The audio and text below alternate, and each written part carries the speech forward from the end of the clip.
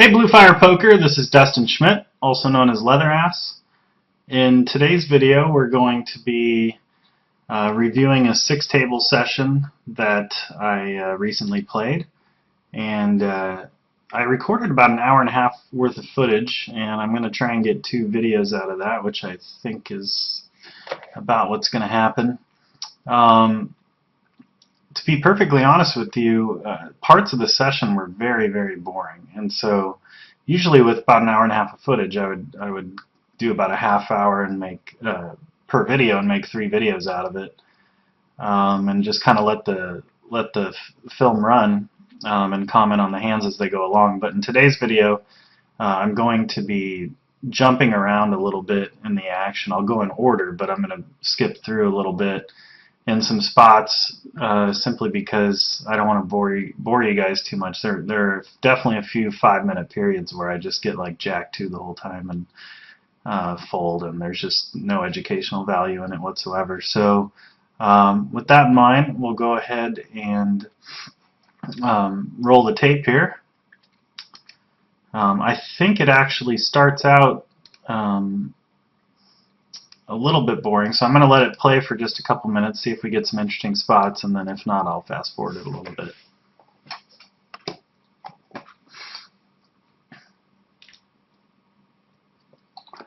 So here at the pocket 4s, I noticed a lot of people are not raising 4s in this spot. I've found it to be profitable, you know, with an under the gun raising range to have 4s in there, but that being said, it might be a good idea for most people to fold this hand in early position simply because, I mean, I think the best way to say it is that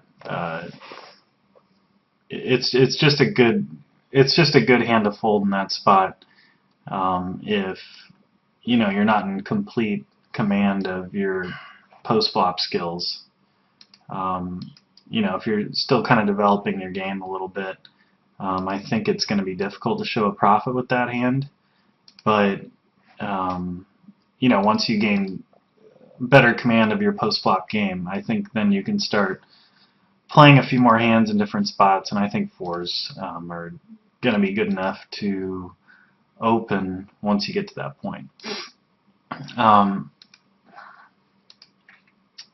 Here at the 7s here, against kind of a weaker player, there's not a lot of weak players at these tables right now, which I think is part of why the session, just the action, isn't quite as heavy, because people aren't isolating weaker players all the time, and that dynamic sort of isn't being created. Plus, I've got a few players here that just aren't all that aggressive. Some looks like the 2-4 tables, they're pretty aggressive, and it looks like outside of that, people are a little more passive. So with the 7s here, I went ahead and bet the flop, which I think is standard on the flop. The turn is the 8 of diamonds. I mean, I think if we think about his range, he has a 39 VPIP, so he's going to have, you know, it's not just going to be like pocket pairs and like suited Broadway and maybe some good offsuit Broadways. Like a lot of people might kind of be skewed towards in these spots. You know, he can have lots of hands like, I mean, he might even have like a King 4 suited, or, you know, even a King 6 suited, or just all kinds of hands like that, being a 40 VPIP. So I don't necessarily think that I'm value towning myself very often. There'd be a lot of players here where I'd worry when they call the flop that, you know, they're going to have something like Ace 5 of diamonds, or you know, like pocket 8s through jacks a decent amount of time. You know, just hands like that with you know, that just have me not really in all that great a shape against his range, and I might want to. Man, that's just actually a really, really tough spot, a really tricky spot to play, the turn here in this spot, if I'm up against an opponent with a better range, and especially if they're capable of doing something like floating with Ace Jack of diamonds and then raising this turn. You know, it puts you in a really awkward spot, and then they just have more like eights through jacks and stuff like that, where it kind of leaves you in a pretty funky spot on the turn. You kind of hate to check call and turn your hand face up. You hate to bet and value town yourself a lot. But people do float the better they are too, with a lot of overcards with backdoor flushes and stuff. So that, again, that puts you in a tough spot where you don't know if you should be check calling because you want to pick off a lot of that range, or just leading into that range to protect and then maybe get a little value out of some worse hands from time to time. The problem with check calling here in this spot, and again, we're kind of ignoring the opponent we're actually playing here. We're trying to envision a better player where decisions become a lot more difficult. The problem with trying to pick off like a floated ace-jack or ace-10 or all that type of stuff on the turn is that, well, for one, they will get there some percentage of the time and then be able to value bet. Secondly, when they do float the flop with a hand like that, and then you go into check call mode, your hand's so face up, that you gotta think they're just going to put you in a lot of awkward spots. Just betting the turn and river with everything they have in their range, and it just being very difficult to call down, which you hate to get outplayed, obviously. So, kind of going through a lot of kind of a long-winded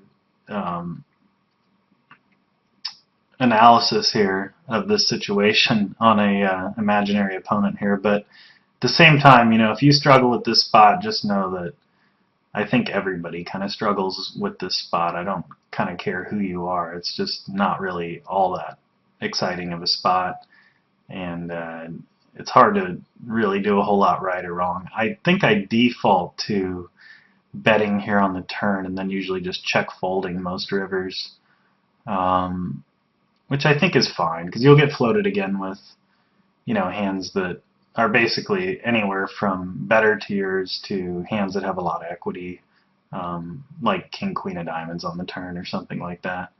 And I think you can bet the turn. Might be best to bet the turn and maybe not go too big, and then check fold most rivers, because the thing is that while some people will definitely be turning like sixes into a bluff on like a jack of diamonds river or what have you,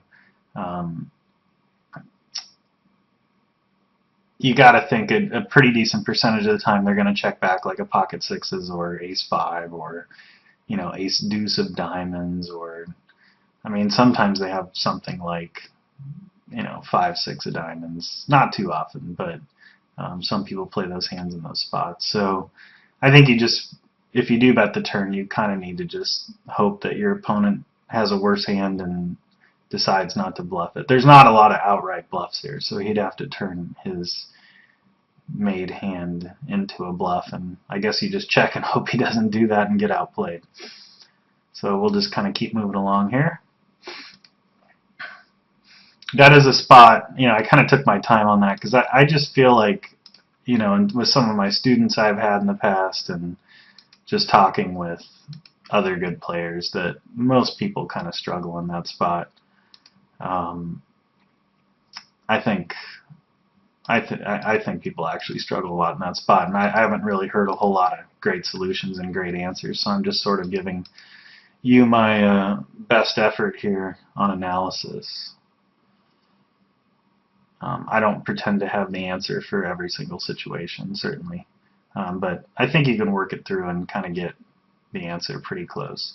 So I'm going to pause right here with the pocket fives, and I remember thinking about making a play here in this spot because my opponent had a pretty high squeeze percentage, something like 12%. So I'm going to go ahead and run some, use Flopzilla and play around with it, and we'll resume the video in just a moment.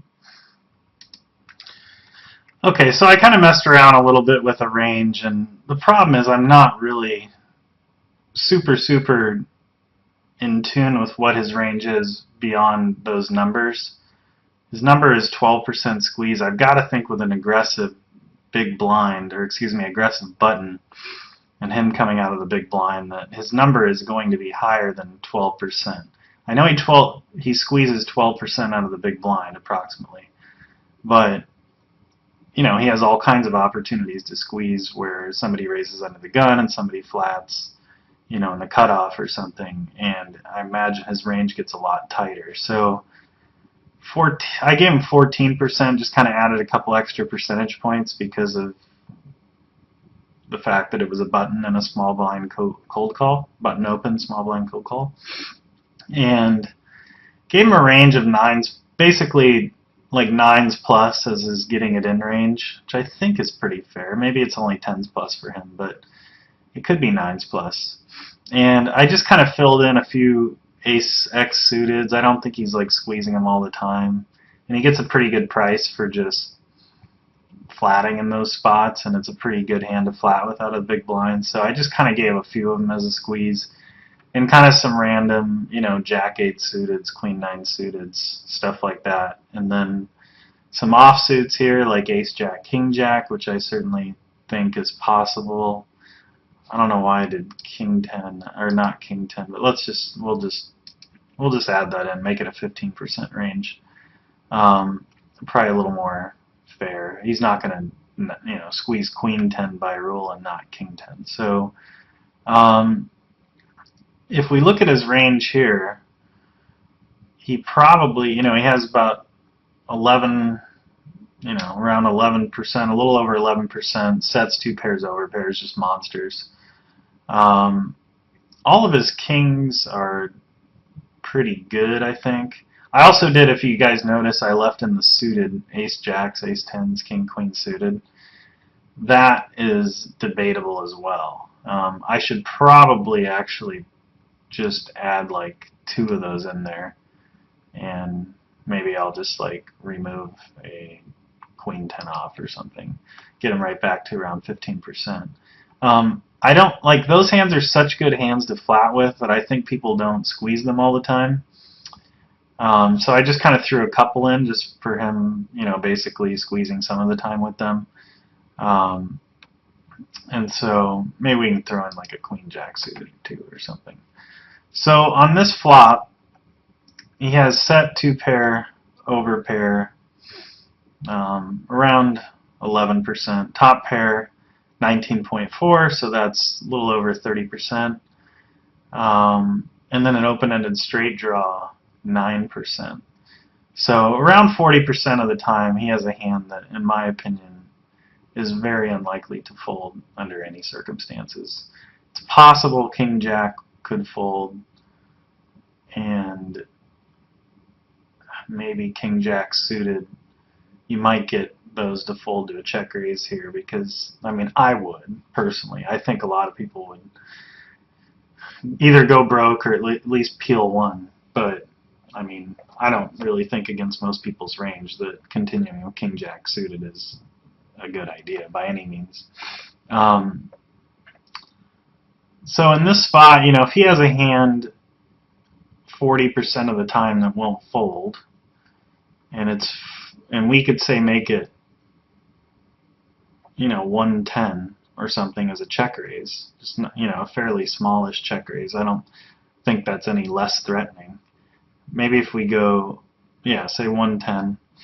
So in that case, we'd be risking 110 to win 144. So our, you know, bluff only needs to work, you know, obviously under 50%. I don't know the exact number, somewhere between, probably in the low 40%. I'm not going to get, I could figure it out exactly, but I don't think that's super necessary.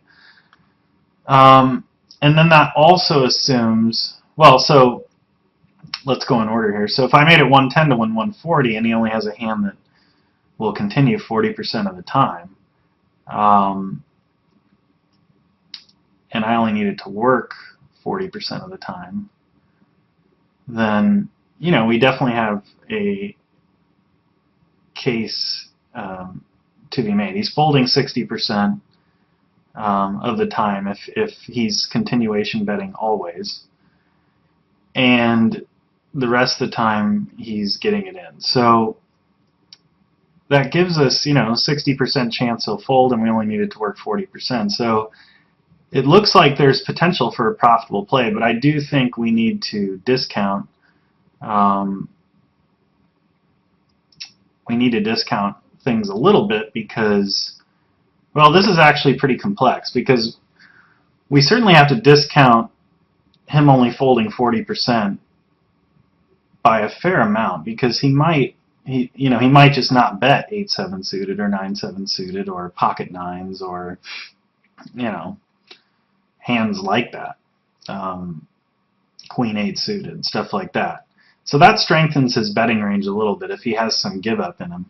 But he did bet so small that it's starting to look a little like he might be a little more skewed towards his basically like pocket kings, pocket aces type of hands. Maybe ace king, something really, really strong. Maybe even more like tens and kings and aces and ace king. That's just sort of looking to try and at least just start building a pot and get somebody to peel with a middle pair or a weak king or something like that. Or a lot of like gut shot type hands or like middle pair hands, which are like 14%, and the gut shots are 18%. So a third of his range is hands that might be able to make a pretty good case for making this kind of a small bet. So if we were to say he makes this size bet with his middle pairs, there could also be some jacks and queens in there as well. So actually more like 38% of his range could really justify a bet like this plus the 2 pairs sets and over pairs. So maybe 48% of his range could make a pretty strong case for just a small bet and either to build a pot if you have a monster or to just sort of have a cheapish bluff. I think all of those hands other than the overpairs, sets, and top pairs will fold to a check raise. I'm pretty sure anyway. We also have, a 5%, 4 or 5% chance of check raising, getting called, and turning a set, which would be nice. So that being said, I think this is a pretty close to a check raise. Now, a lot of people might say, yeah, but what the hell are you representing here? Would you really, threes for sure would, if I'm flatting fives here, then threes are obviously in there as well, because pretty much the same hand. King 10 suited, probably not, and tens, I guess I could play tens this way. I don't always 3-bet tens from the small blind. King 10 suited is probably a little bit of a stretch there. I don't think I'm pretty much ever calling King 10 suited to a squeeze there in that spot. So I'm really representing a really darn thin range, but if he's sitting there with 9-8 or ace-jack or even like ace-10,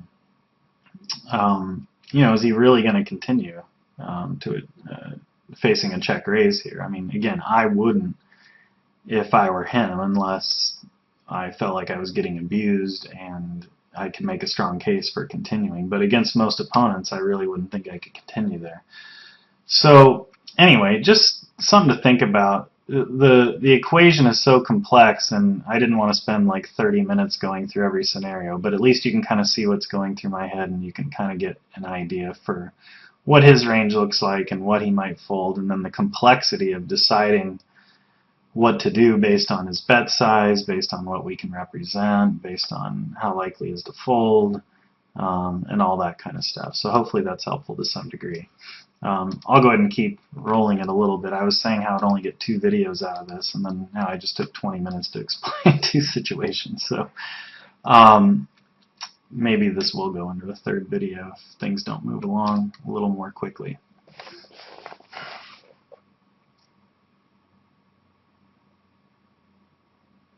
As you can see, I kind of timed down a little. I thought about just making it 110, and I really don't think it would be very difficult for that to be a really bad idea.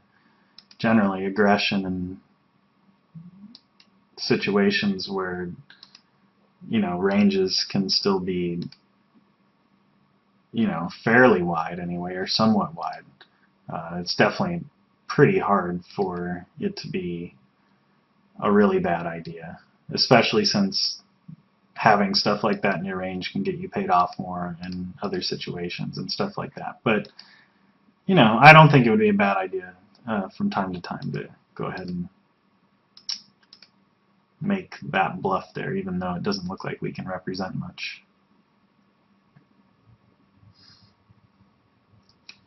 So the turn bet here with the ace-jack suited, I think some people get scared of the club flush, but in my opinion, I think you have to continue value betting, especially against a weaker player, and it gets a little closer against like a tight opponent, but I don't think there's any question there. You need to be continuation betting and maybe even a lot of rivers as well, but certainly the turn and then checking back lots of rivers, I think, is probably what's going to happen quite often. So lots of cards I was going to continue with here on the king-jack suited, but I believe I think I check here.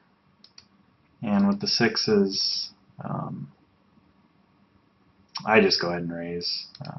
Case could be made for just calling, especially with a weaker player behind me, but, I just decide to raise, and I think it's fine.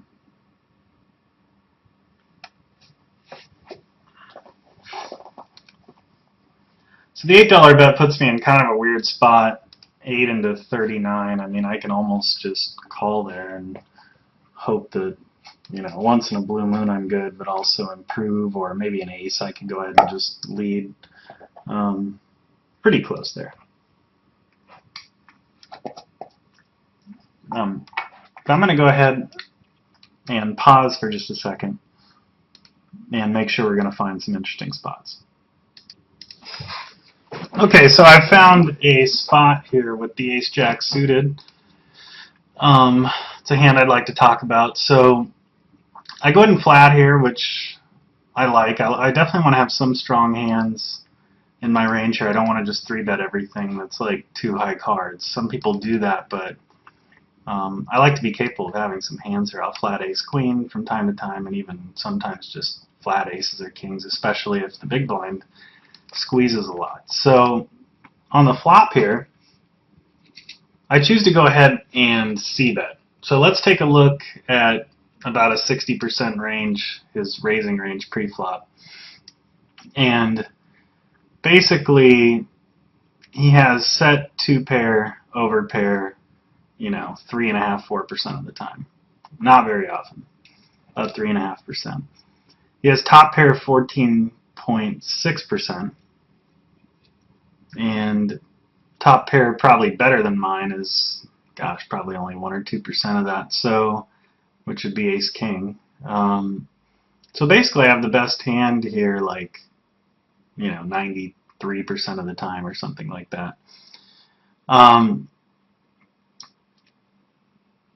If we look at his range that can call the flop or is likely to call the flop, it's basically any top pair, 14.6%. I think any middle pair would also call. That's 20, almost 20, a little over 25.5%, 25.4%. A weak pair might call, maybe one time or something, but we'll probably discount that. Maybe say they call a quarter of the time. So up to close to 30% now. And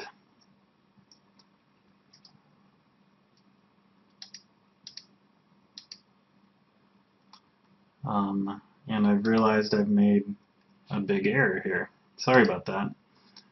I'm not very good at editing the video, so please bear with me here. I'd like to edit out that improperly displayed board texture there.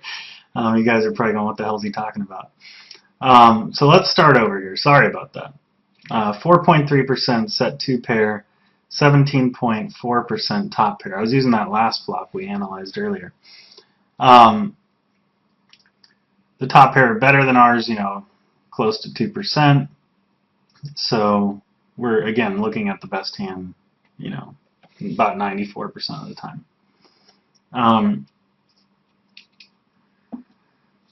So if we look at his range that can call the flop, we're gonna, probably like a 2-card backdoor, excuse me, not a 2-card backdoor flush, but rather the gut shots, 10.5%. There is no open-enders. Middle pair around 10%, around 11% almost, so that's about 21.4. And then amongst the top pairs, about 15.4% that are worse than ours. So you're looking at, you're looking at close to 40% that will call the flop. This is kind of a check back flop for a lot of people, and a lot of people don't just bet suited connectors, that just totally whiffed, like 6-8 suited and stuff like that. May not bet like pocket jacks, or maybe not even pocket kings, maybe not, some kind of hand like that. Actually, we have pocket pair below top pair adds almost another 1% to his calling range, because I think that, well, that's basically pocket kings, so that hand calls, and probably not pocket jacks. If they did, that would be terrible, in my opinion. So we have quite a large range that will call the flop, that we're ahead of, and on most turns, especially if it's a 9 or worse, we're going to maintain the best hand and have a ton of equity against a lot of different hands that could also call, like still an ace-x, putting me on like a jack-10 or king-10 or king-jack, or some kind of hand like that that maybe is leading out. I could even lead out here with definitely like jack-10 with a backdoor flush or something like that. So my opponent has a lot of reason to stay pretty sticky to the pot. He's probably unlikely to fold any ace at any point in the hand, unless the board run out was really ugly. So we're looking at a situation here where he doesn't c-bet super often, and he also pot controls a lot of aces that we can get value from by leading. And maybe, get a queen to pay us off 2, maybe even 3 times if the board run out is such a way. Like if it is a 9 of spades, that's going to give me a lot of reason to continue with some flush draws that have gut shots, like some kind of combo draw. And then if the board, runs out like a 6 on the river or something like that, then, he might even call down twice with a queen, or he might himself pick up like equity with queen-10 of spades or king-queen of spades or something like that. So I guess the moral of the story is here, you're not going to get a lot of value out of ace-jack by checking. It's not like a good board for him to keep barreling you on. You almost always have the best hand. Like I said, like approximately 94, between 93 and 95% of the time. I don't remember the exact what we determined there, but an enormous percentage of the time, obviously, we have the best hand.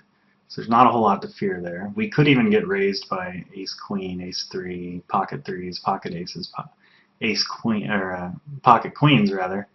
But maybe not. But we could sort of get away somewhat cheaply by leading and then folding. Probably not right away, but we might actually lose less, for example. Versus calling all 3 streets against better hand, maybe like leading, getting raised, and then check folding the turn or something like that. Now obviously that would be incredibly exploitable if we played the hand that way, but the fact is in a vacuum we're not going to just get exploited here every time. It's not like he's going to go, oh, he has ace-jack and he'll fold it, and so I'm going to make a play with 7-5 suited or something like that. That's maybe in his range, I'm not sure, but the point is that's not going to happen all that often either. He's mostly going to have a hand that just bluff catches and wants to call down, and very few hands that are just going to, take a jack-10 and try and play off of it. So Again, not a lot of value by checking. We can get a lot of value by betting 3 times on most board runouts. And he doesn't c-bet this board quite a lot. So I think leading is, when you break it down, just almost sort of a mandatory play. And I think a lot of players are check calling here, and I do think that's a pretty significant mistake on a board like this, given the ranges and given most players' tendencies, both for calling bets with bluff catchers and checking back marginal hands. I just think the clear play is to go ahead and bet here. So I go ahead and lead the turn as well and get called again. And the river is just that total blank. I mean, could fill an ace-4 once in a while, but it's not going to slow us down, obviously. And we go for, I think, a $40 bet into 50. And he folds. So not a strong chance, I think, that he had an ace, but I do think he maybe had a queen that wanted to call twice, or maybe he picked up some equity on the turn with like a gut shot and a flush draw or something like that, and then just decided to fold on the river.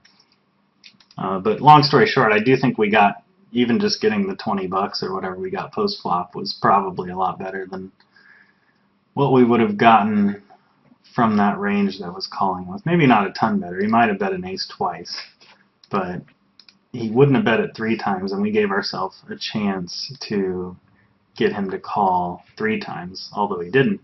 But, you know. Also, if he had like a gut shot or something like that, he might have bet the flop and then just sort of checked it down, too afraid that I would have a hand that would not fold by the river.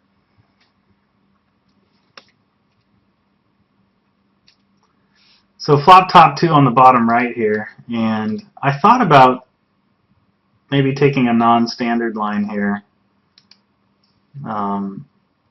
You know, there's definitely a lot of value in check raising and just getting it in against his range. Especially somebody that could have like Jack 2 or Queen 2, because he's really, really loose on the button. And might go broke with like kings or aces and ace queen sometimes as well on the flop, and then tons of flush draws that we have pretty good equity against, and certainly, you know, 60% plus, I would think. So that's definitely an option, but let me go ahead and rewind just a smidge so we get back to that hand there. But alternatively, we could avoid getting the money in with a thin edge on the flop. You know, we're mostly always going to have the best hand on the flop. There's not too much to worry about there. We have, if we bear with me 1 second here, I'll pull up the Flopzilla. We have Queen of Spades. Jack of Clubs, basically he has us beat like a little over 3% of the time on the flop. So we'd be trying to get a lot of value out of open-ended straight draws and flush draws and top pairs, which is around 20% of his range, by going for a check raise.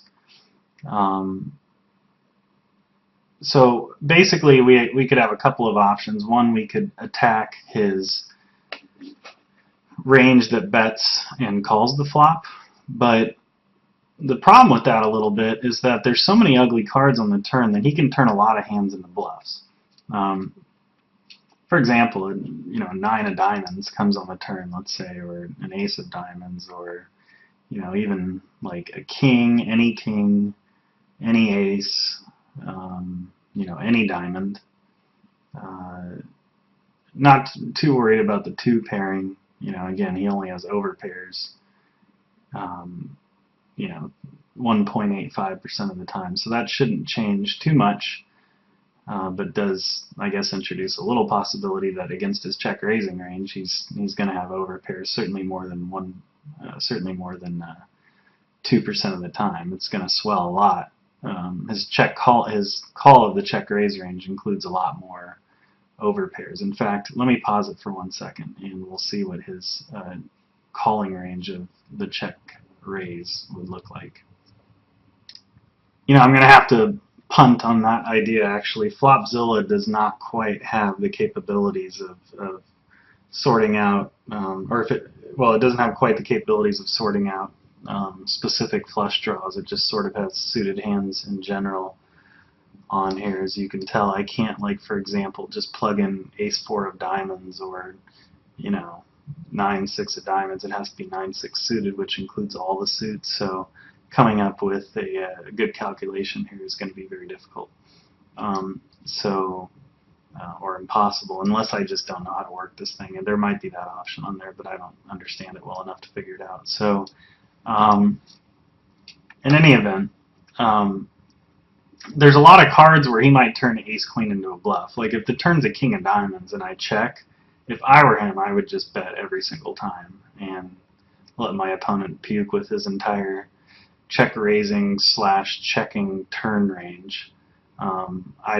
I mean, he might not turn that hand into a bluff and might just check down an ace-queen on like a king of diamonds turn, but if I were him, I definitely wouldn't. I would just try and get me off every single thing I had. So you introduced that possibility. So one line I thought of taking was just to check call the flop, which I wasn't too excited about because his bet size. If it had been more like 12 or 13, I might have wanted to play this hand a little differently, but he didn't really build much of a pot for me with this weak flop bet. But one option is just to wait for any card, you know, even an 8 of diamonds, or even an 8, any 8 can be a little scary too, but if I basically get any non-diamond 7 through deuce, I can go for a check raise on the turn. And the benefit of that is that, one, he might just bluff twice with some hand like ace-10, and then I get him to put in 2 streets. Or even like a king-9 or some type of hand like that. You know, maybe a naked flush draw, stuff like that. Well, let's start with his range that has to fold every time to a turn check raise. Definitely like the ace-10, king-9 type of hands. If the card is between a 7 and a deuce, not a diamond.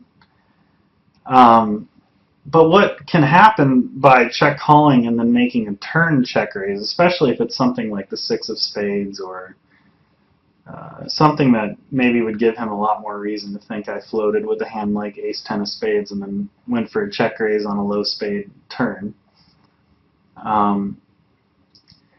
What can happen is, like, I check raise him and then he has a decent amount of equity with the hands that he calls with usually, like some type of flush draw or something with some equity for sure. He's going to call the check raise. And then, you know, you could, against a really aggressive opponent, like check raise the turn, and if it bricks, you know, have a situation where he's probably on a draw pretty often, because a really big hand would probably not just call the check raise, they'd probably stick with a read that I'm on a draw, or a big hand, and either choose to fold or call. And then what I can do is, if I happen to get another nice card, is just to go ahead and check call for my stack on the river. So that would be an interesting line to take. And I might even be able to call a lot of scary rivers, like if it's like 6 of spades and then it's like 9 of, well, like a 9 of clubs or something like that. Like maybe I could check call and try and get him to represent king 10 when a lot of his range is, you know, picked up a spade draw or a diamond draw.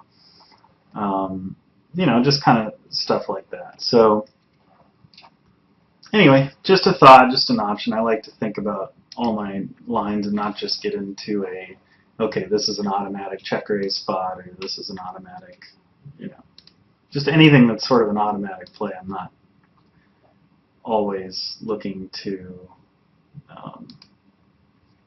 make it every single time. So I check back to Jack 4. Now this is actually a pretty good flop against a lot of opponents to just kind of close your eyes and 3-barrel. I mean, you got a little bit of equity. We'll pick up like another Jack or a 4 or a flush draw. You know, a little over a quarter of the time, I think.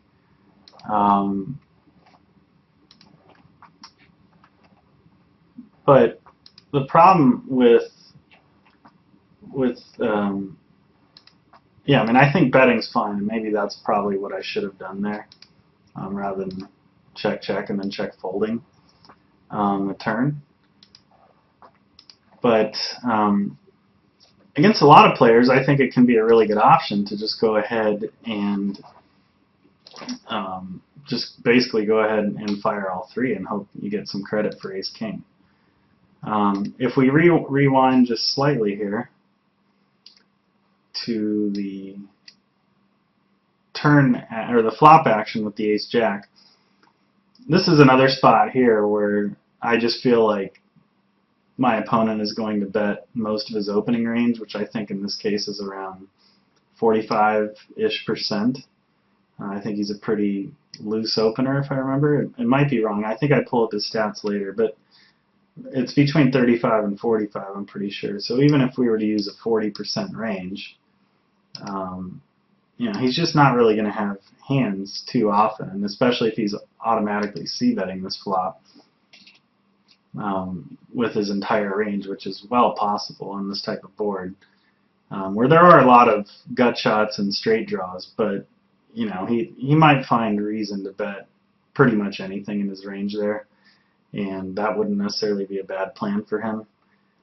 So if we look at that right here on a 10-7 deuce and give him, you know, around 40% range, you know, he's only really strong like 8% of the time, and he has lots of gut shots, open-ended straight draws,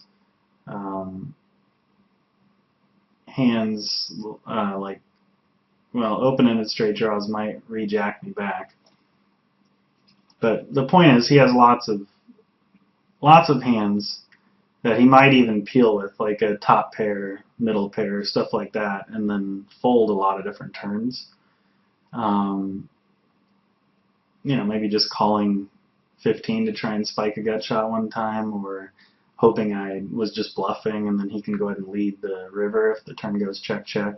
But the point is, you know, in these top pairs, a lot of them are pretty weak top pairs as well. I just think I can get him off of a lot of his range for sure, and then I do have 2 overcards, so if they're all clean, you know, I'll improve 24% of the time to a top pair or better. They're not all going to be clean because there might be some 8-9s and Jack 10s and stuff like that that call the check raise, or excuse me, call the flop raise. But I think you guys get the point that, you know, even if we're to assume he never folds open-ended straight draws and top pairs and over pairs and sets and 2 pairs, that's still only around 35% of his range or something like that. If he's calling his gut shots, you know, I would still just keep firing on most turns. And another benefit of this board, if you notice, is that any 8, any 9, any Jack, Queen, King, or Ace is a pretty good card. So any card 8 or higher except for a 10 is a pretty good card because it helps me pick up equity, and especially if it's like a King or Queen, it helps me pick up a lot of fold equity as well. So I just think that this is sort of a no-brainer flop raise here, and I expect it to work quite a lot, and I also expect him to call the flop with a decent number of hands and then fold the turn a lot of them if I basically just barrel any card 8 or higher and maybe give up on the rest of the deck. Might not be such a bad strategy.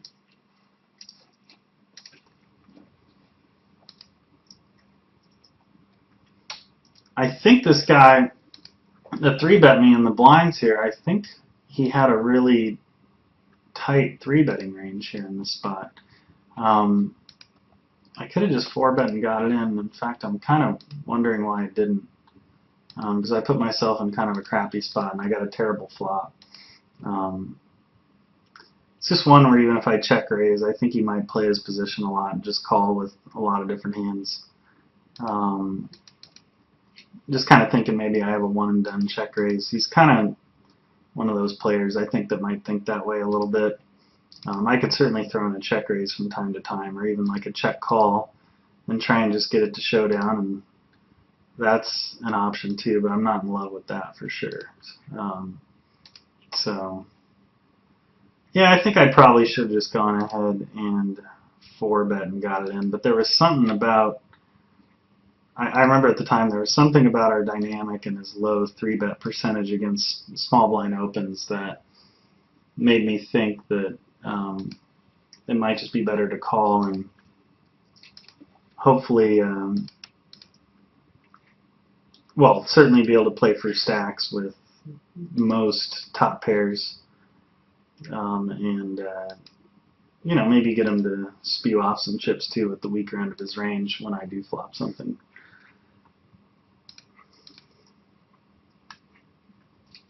I mean, it's certainly not a mandatory 4-bet, but I think you know, it might just be the easier way to play it in that spot, and might be the more profitable way to play it too.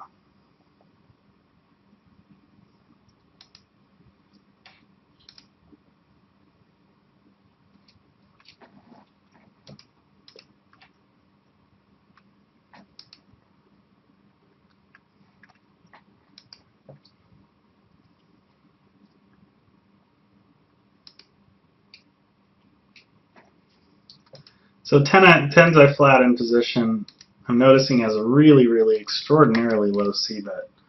And that looks like a board he might take, for someone that c-bets that low, like a check call line with some kind of jack or better. And I'm sure he has plenty of give up in him as well. I just went for the small bet because I thought that was all that was needed to accomplish what I wanted, which is essentially to just kind of end the hand in a lot of ways, but also maybe be able to get the weaker player to call with something like an ace-3 or pocket sevens or something and get a street of value out of him, maybe 2, depending on the board run out and his actions.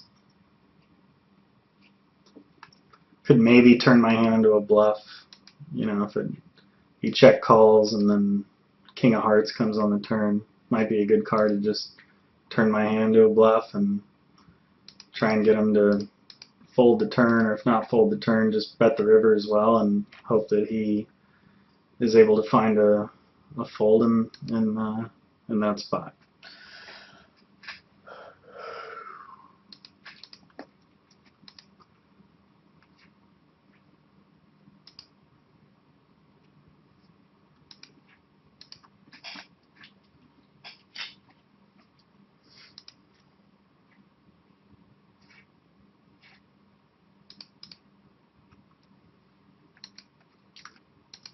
I'm going to go ahead and pause the video very quickly again and look for some more interesting spots. If I remember correctly, this is where it starts to get a little boring again. Alright, so kind of an interesting hand here that I've found. You know, Flower Child, just with the dynamic, he's 3-betting me a lot, which you guys haven't seen too much of because I've been fast forwarding. I've just been raising pretty marginal hands, and then like this one, and getting 3-bet and folding because they don't really have a whole lot of playability unless I want to start 4-betting, which I was considering doing. But I thought with the big blind coming along here that I could get a lot of credit for betting here. So there's about 64 in the pot, and I'm putting in 72 more. So right there, I mean, this only needs to work a little more than 50% of the time. I don't really have a great idea on what the weaker player's calling tendency is here, but or what kind of range he has. But I did notice him calling in these spots a lot and just showing up with pretty crappy hands, to be honest with you. And I thought that I could 4-bet a decent amount of time and take it down, and I'd certainly not get shoved on too often, and then if nothing else, set myself up for a profitable c-bet. on the flop where I could do something like in a 180 pot, bet $60 and give myself an incredible price and take it down on a lot of boards. So I'm pretty fine with this play here. I want to actually think about this hand because I wasn't really sure how I played it. This situation doesn't exactly come up all the time. So the flop came down King, Queen 3 with a flush draw. And you see I'm kind of toying around with one of those small bets. And then I ultimately decided to check. I'm not quite sure how I feel about it. There's definitely benefits in that I think I can save a lot against his pocket pairs. And that's basically, I think, what went through my head at the end of the day, was that he'd probably have something that kind of smothered this board a little bit, like something like a King Queen or King Jack or some kind of hand that wouldn't fold. I didn't really, maybe an Ace Queen that I wouldn't want to try and barrel off if he check calls me. Certainly not with these stacks. I mean, I guess there's maybe some Ace Jacks that might call the flop if I made a really small bet and then play me off at some point on the river, or by the river, I should say. And then I wouldn't get to showdown with the worst hand in a big pot, which is like the biggest disaster you can have. So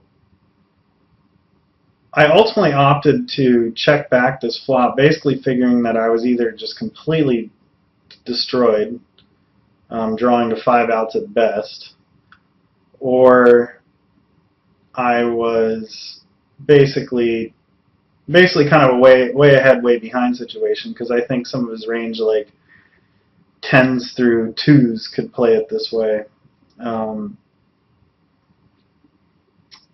And I didn't really think very often that a hand like pocket 6s or even pocket 9s or 10s or whatever, I didn't really think, I mean, jacks could even be in there. I didn't really think that that type of hand from a weak player would just turn itself into a bluff. Wasn't really sure. I don't really give him a whole lot of credit for being able to do that. I think a hand like, some kind of middle pocket pair might just, try and check it down. There might be some cards that I can turn my hand into a bluff on as well. The turn where something like, 9 of diamonds or something and he checks, maybe not going to give him a whole lot of credit, or maybe actually be able to get him off a hand like Ace Queen, but yeah, the more I think about it, it's pretty small consideration, maybe not all that accurate as well. So we'll discount that quite a lot, but basically I think it's a way ahead, way behind situation, and even though the board can get ugly, it might not really change much against his range. He might be scared to turn an 8s into a bluff on like a Jack of Diamonds turn or something like that. So I do think checking back is the play here for sure.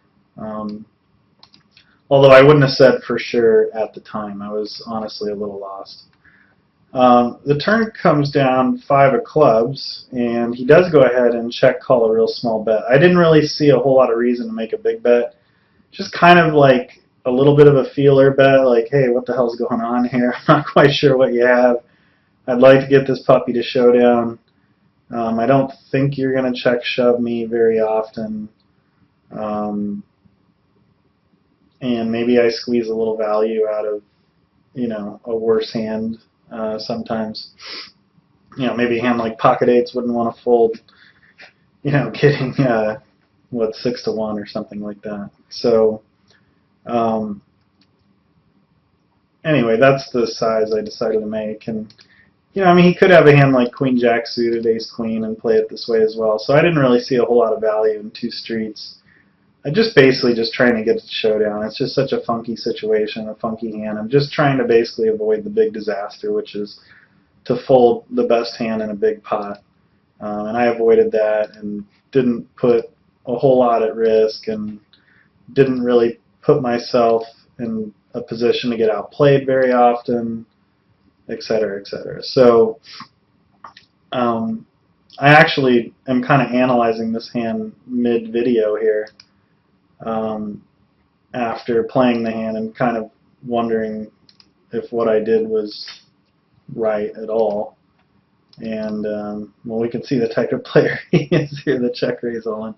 Anyway, it was just kind of a funky spot, and actually the more I think about it, I really like what I ultimately chose to do there in that spot. I'm going to pause it, just try and find another hand to end it on, and then we'll call it a video.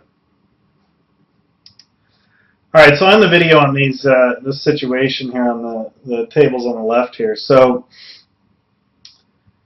essentially what happened with the nines was that I made it 4, Lucky Deck made it 14, and I looked at his range, and I have a decent number of hands on him, and I noticed that his range was 4%.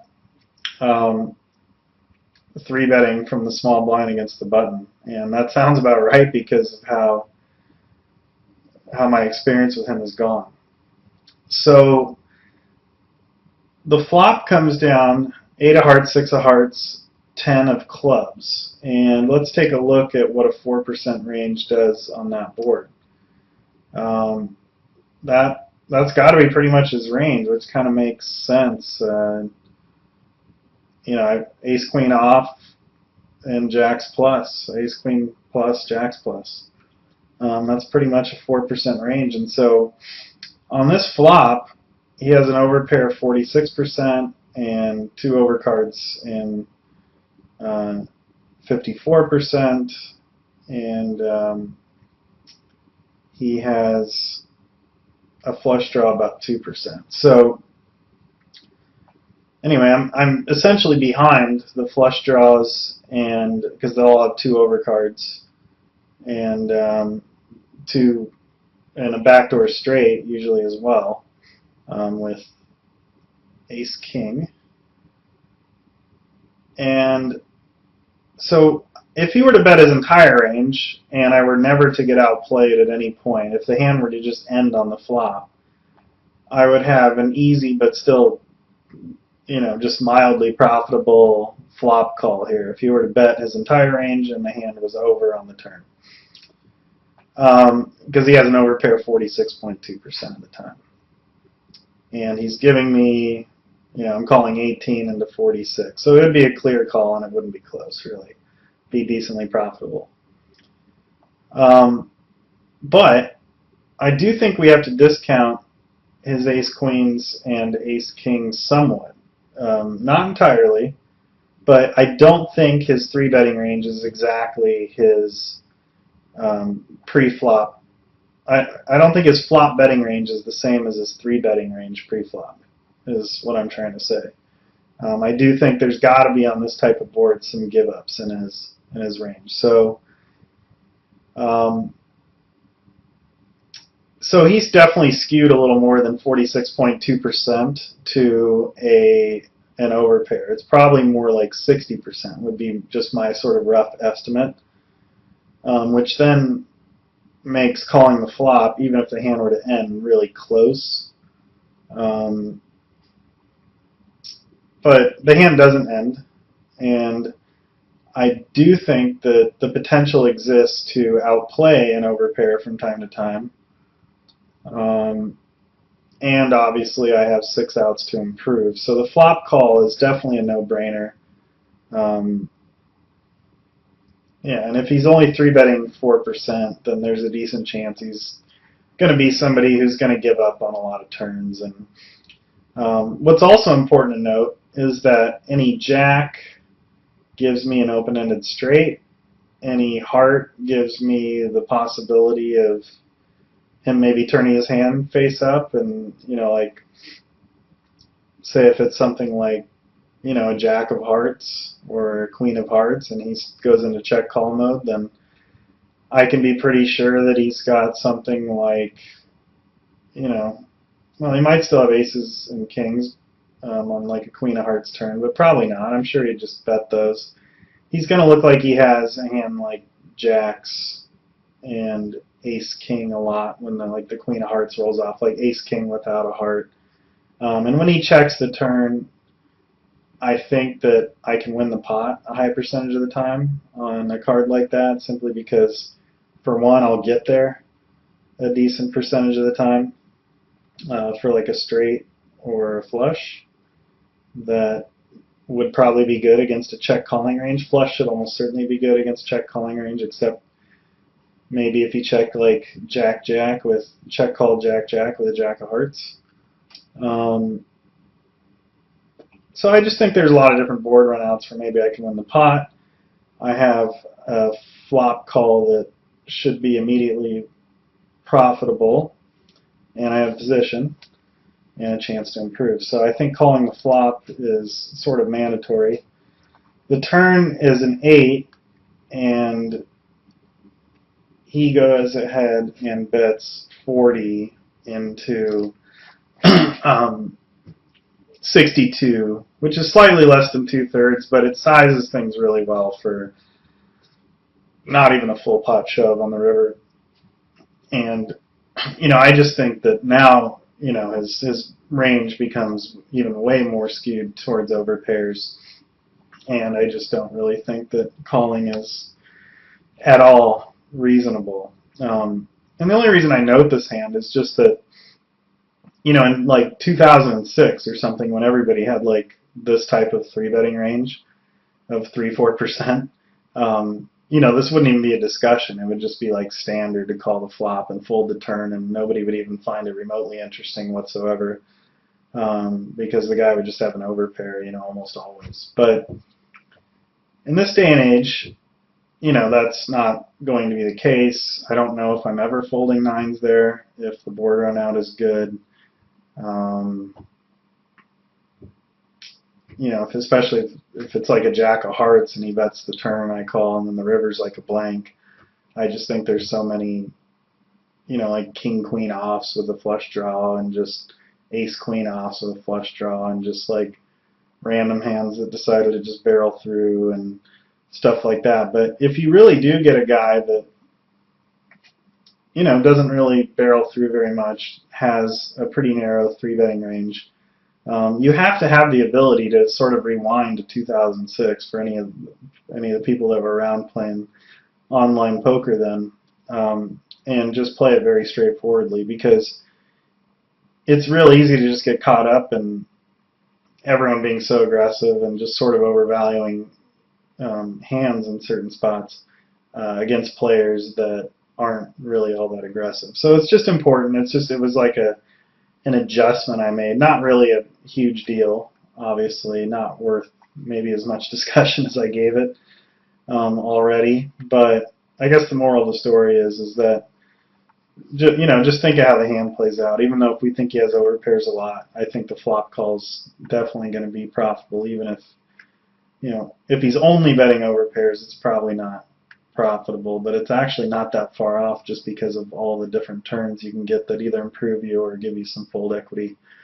And then the turn's just kind of a no-brainer, I think, against this guy's range. So anyway, I hope you guys enjoyed the video, and keep on the lookout for part 2. The session actually tends to heat up a little bit more throughout the video, and I'll continue to kind of use Flopzilla, and maybe for the next video get a different tool.